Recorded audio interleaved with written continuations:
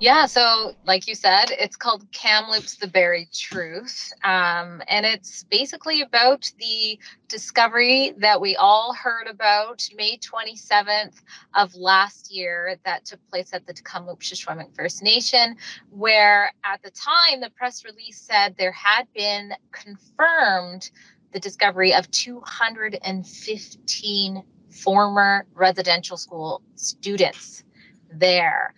Later on, it came out that they were talking about at the apple orchard by the school there. And so I think I perhaps was one of the only reporters at the time to do a report asking certain things like, how did you come up with 215 kids with ground penetrating radar?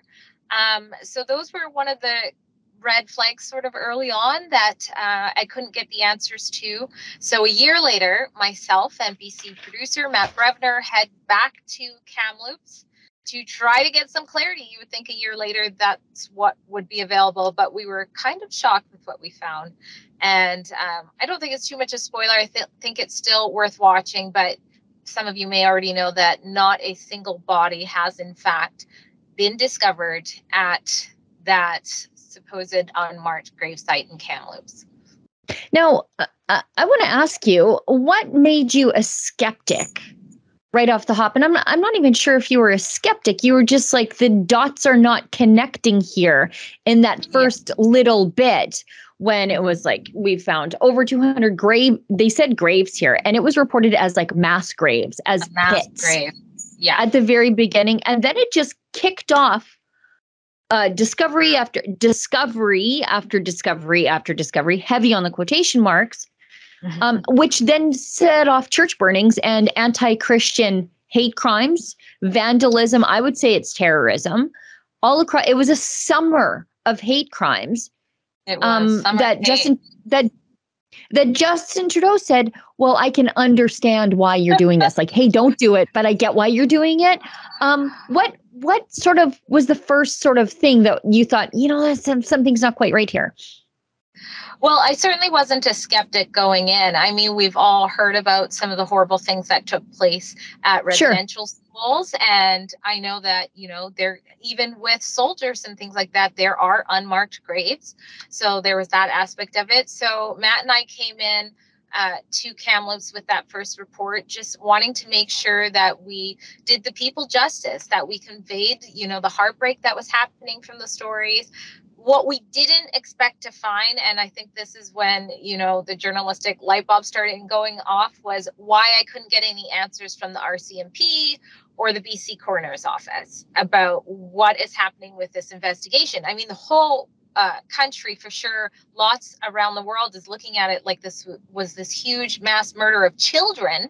So surely the RCMP and the BC Coroner's Office had been investigating. And that's not what I found in that first report. And I say in that report that, it just seems very interesting that the people who are closest to the situation or should be closest to the situation are either unwilling or unable to, give any answers to that. So that was a major red flag to me. And then there was also sort of the talk about how when the RCMP did in fact try to ask some questions, they had been told sort of, you're intimidating the specialist. At the time, the specialist name wasn't named. We now know it's Dr. Sarah Bullier. And so all of that just seemed awfully weird for, like what you're saying, everything that followed there. And we don't even know who's properly investigating this. It was all just the ban. So I never stopped trying to get more answers for a full year. And then that brought us to this documentary going down and getting some more clarification for the public. I want to be clear. You came at this, like you said, you just came at this completely with an open mind. And I think your background makes you, I think, the perfect person to investigate this because you are Indigenous and you are Christian. So you have a foot in both worlds here. And so I think your only motivation was truth.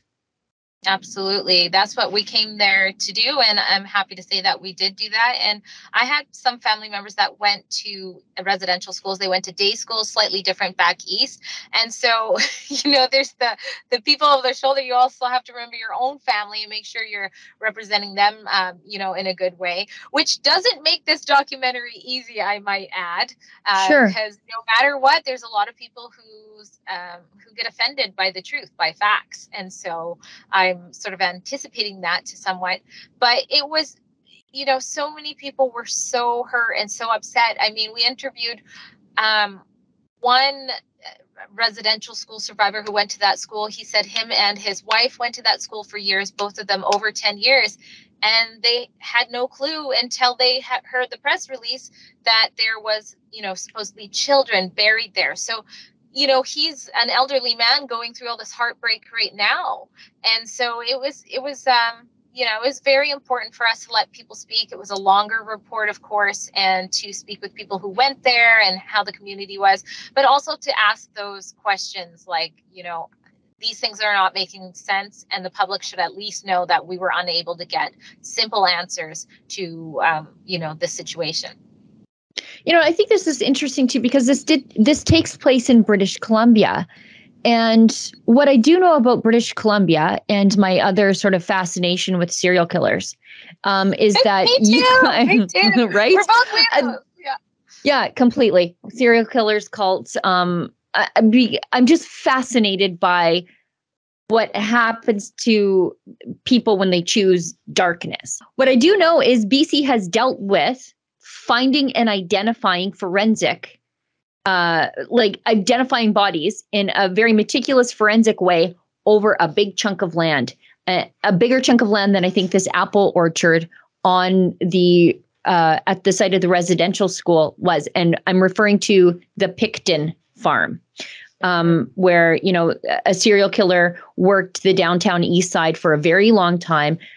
Women were cut up, fed to pigs, and their remains were spread around. And the police were able to dig through the dirt and find bones and other identifying pieces of, I hate to describe it as human biological material, but they found it. They were able to identify those remains so that they could give closure to the families. I found it odd that when the media is saying this is a mass grave, this is a mass casualty event, this is a site of a genocide. Yeah. And a shovel never hit the ground. I thought this is a criminal investigation.